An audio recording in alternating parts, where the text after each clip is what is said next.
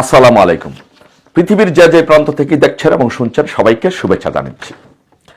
So আজকে কথা বলবো পার্টিকুলারলি বাংলাদেশের পুলিশ প্রশাসন এবং বাংলাদেশের সেনাবাহিনীকে উদ্দেশ্য করে আমি দু একটি কথা বলবো যে আপনারা যারা বাংলাদেশে যারা পুলিশে চাকরি করেন বা সেনাবাহিনীতে যারা চাকরি করেন, সো তাদেরকে বলবো যে আপনারা অতি উৎসাহী হয়ে আপনারা বিএনপির পক্ষ অবলম্বন করে বা জামাতের পক্ষ অবলম্বন করে বিএনপি জামাতের পক্ষ অবলম্বন করে আওয়ামী লীগের নেতাকর্মীদের উপরে অত্যাচার করবেন না, তাদেরকে বিনা বিচারে গ্রেপ্তার করবেন না, তাদের উপরে অন্যায় অত্যাচার বা জুলুম করবেন না। কেন করবেন না আপনাদেরকে বলি যে বাংলাদেশে যারা পুলিশে যারা চাকরি করেন বা সেনাবাহিনীতে যারা চাকরি করেন, আপনাদের বর্তমানে যেই শেখ হাসিনা সরকার আপনাদের যে বেতন স্কেল এবং যে সুযোগ সুবিধা আপনাদের জন্য রেখে দিয়ে গেছে, সেই সুযোগ সুবিধা দিয়ে বেতন দিয়ে আপনারা আপনাদের অন্য অন্য সুযোগ সুবিধা বাংলাদেশে যে প্রচলিত নিয়মগুলো আছে সেগুলোর ভিতরে থেকে কাঠামো থেকে যদি আপনারা কাজ করেন, তাহলে আপনাদের পরিবার পরিজন নিয়ে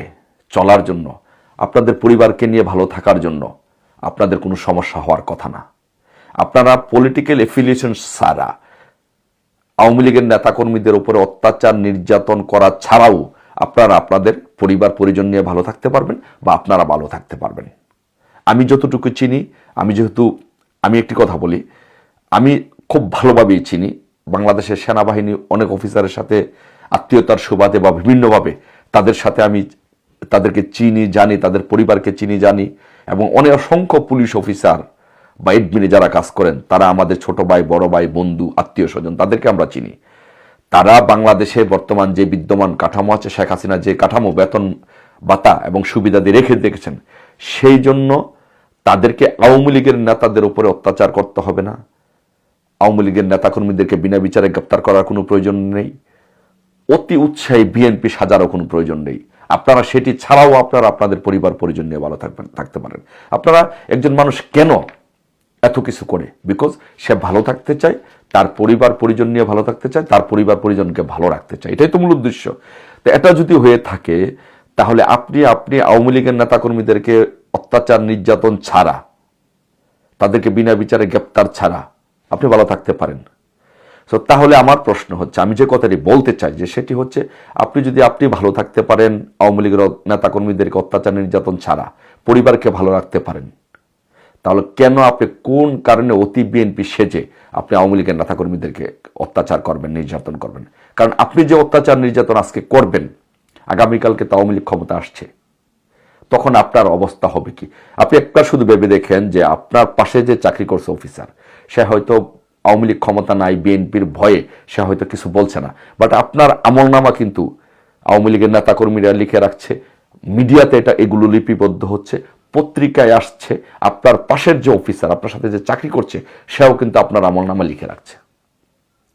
সো আপনি যদি ভালো থাকতে পারেন, আপনি নিজের যোগ্যতায় চাকরি করেন, তাহলে কেন আপনি অতি বিএনপি সেজে আওয়ামী লীগের নেতাকর্মীদেরকে অত্যাচার করবেন? কেন আপনার জীবনকে বিপন্ন করবেন, আপনার পরিবারের জীবনকে বিপন্ন করবেন, আপনার চাকরি জীবনকে বিপন্ন করবেন? কেন? কোন স্বার্থে?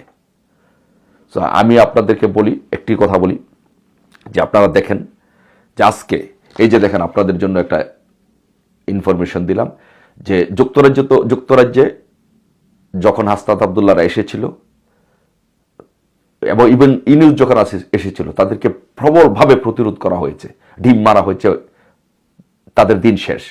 আজকে দেখেন এই যে এখানে নিউজ, এখানে যে হাসনাত আবদুল্লাহ ইটালিতে আওয়ামী লীগের নেতাকর্মীদের, ছাত্রলীগের নেতাকর্মীদের, যুবলীগের নেতাকর্মীদেরকে প্রচণ্ড প্রতিবাদের মুখে তার সফর বাতিল করতে হয়েছে। তার মানে হচ্ছে সারা বিশ্বে সব জায়গায় আওয়ামী লীগের নেতাকর্মীদের অবস্থান, বাংলাদেশের প্রতিটি ঘরে ঘরে আওয়ামী লীগের নেতাকর্মীদের অবস্থান। আপনি একটি দোকানে যাবেন, 10 জন কাস্টমার, 5 জন কাস্টমার আওয়ামী লীগ করে। আপনি একটা খেলার মাঠে যাবেন, 10 জন দর্শক, 5 জন আওয়ামী লীগ করে।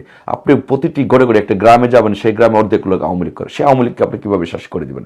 কোনোভাবেই এটা সম্ভব না। আর আওয়ামী লীগ তো কোনো রাজনৈতিক দল না, এটি একটি আদর্শ, একটা অস্তিত্বের ঠিকানা। এটার জন্য আওয়ামী লীগের নেতাকর্মীরা ফাইট করবে এবং তারা তাদের নেত্রীকে ফাইট করে, আমরা আমাদের নেত্রীকে ফাইট করে ক্ষমতায় আনবো, প্রধানমন্ত্রী বানাবো।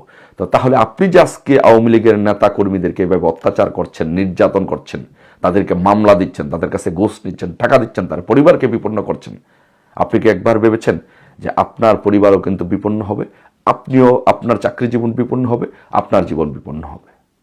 তা বিনীতভাবে অনুরোধ করব, আপনারা আওয়ামী লীগের ওপর অত্যাচার নির্যাতন ছাড়াও ভালো থাকতে পারেন, আপনাদের পরিবারকে ভালো রাখতে পারেন, সেটিই করুন, ভিন্ন রাস্তায় করুন। আওয়ামী লীগের নেতাকর্মীদের উপরে অত্যাচার নির্যাতন করবেন না। ধন্যবাদ সবাইকে, ভালো থাকবেন। জয় বাংলা, জয় বঙ্গবন্ধু।